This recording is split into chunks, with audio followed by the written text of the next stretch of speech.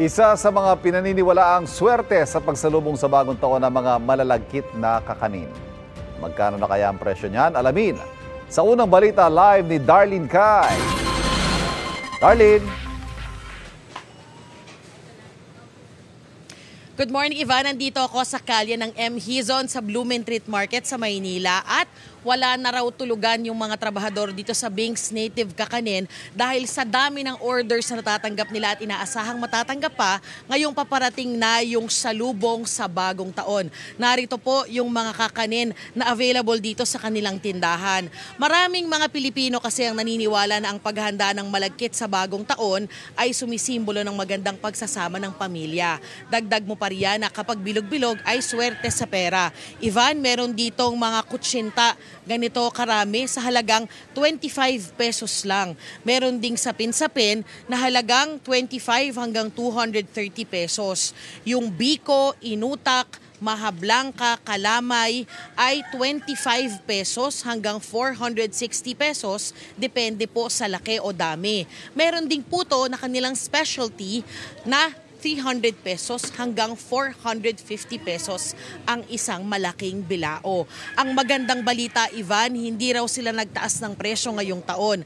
Ayon yan sa isa sa mga may-ari na si Maki Tanshanko.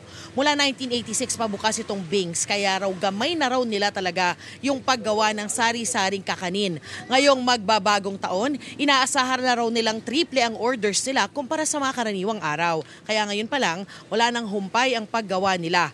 Nakakatanggap na raw kasi sila ng advanced orders. Samantala, naabutan namin si Ligayan na namimili ng kakanin para sa isang party.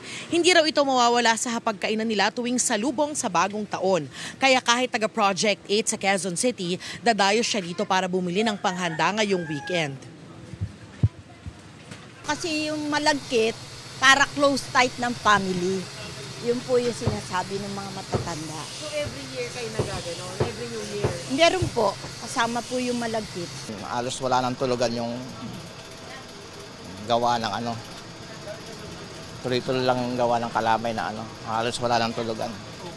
Kasi usually yung Christmas hindi ganang mabili.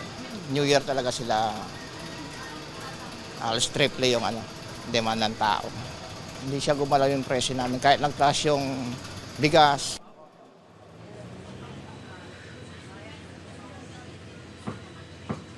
Ivan, 4 a.m. pa lang bukas na itong Binks Native Kakanin at i-interviewin natin, kakausapin natin itong si Miss Baby. Ma'am, magandang umaga. Advance Happy New Year po. Welcome po sa unang balita. Welcome po. Ma'am, ganito pong date, December 27. Gaano na karami yung orders na natatanggap nyo para dito sa mga kakanin? Marami na ho. Nagpapa-reserve na talaga sila. Kasi pagdating ng 31, napakaraming tao dito. Kaya kailangan maaga pa lang magpapa-reserve na. Anong mga best sellers niyo ba, ma'am? Bibingka po, yung rice cake, kasaba, marami ho, halos lahat masarap eh. Kapag 31, bukas pa kayo, so pwede pa last minute bumili, no? Oo, uwi na kami ng mga 8 na ng gabi. Ay. Okay ka lang? Anyway, ayun nga po, ma'am. Ano po yung hanggang anong oras bukas yung tindahan po ninyo para alam po naman kapuso natin na dadayo dito? Hanggang 8 o'clock ng gabi pag 31 na lang. Pero sa simpleng araw pa lang, hindi pa nagte-31, 6 o'clock. Sarado na kami yun. Salamat po, Miss Baby. So pwede po talaga pala ang last minute na bumili. Yan yung unang balita mula rito sa Blumentritt, Maynila. Ako po si Darlene Kai para sa GMA Integrated News. Darlene, nakita ko yung mga portions. Pwede siyang parregalo, no? Yung mga hindi nakapagregalo ng Pasko, gusto niyo humabol na magbigay. O siguro peace offering kung may kaaway kayo, di ba? Maganda.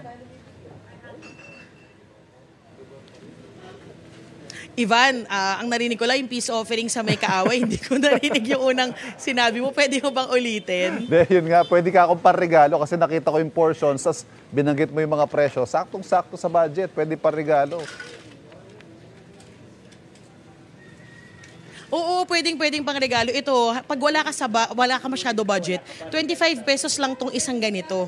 So hindi kailangan na mahal o malaki yung budget mo para maghanda o para magregalo. Bukod sa panghanda sa yung salubong sa bagong taon, yung tinatawag natin na medianoche, pwede rin itong pagbigay sa mga kapitbahay mo o tama ka, peace offering kasi magbabagong taon na para peaceful at maligaya ang pagsalubong natin sa 2024. Actually, Darlene, nagpaparinig ako. Mga regalo daw ng mga tao rito, hindi mo pa naibigay. I got you. Ang bala. Nag-shopping na ako kanina. Hintayin niyo ako mamaya. Yan, naabangan namin. Maraming salamat. Happy New Year, Darlene Kai. Di ba, Mars?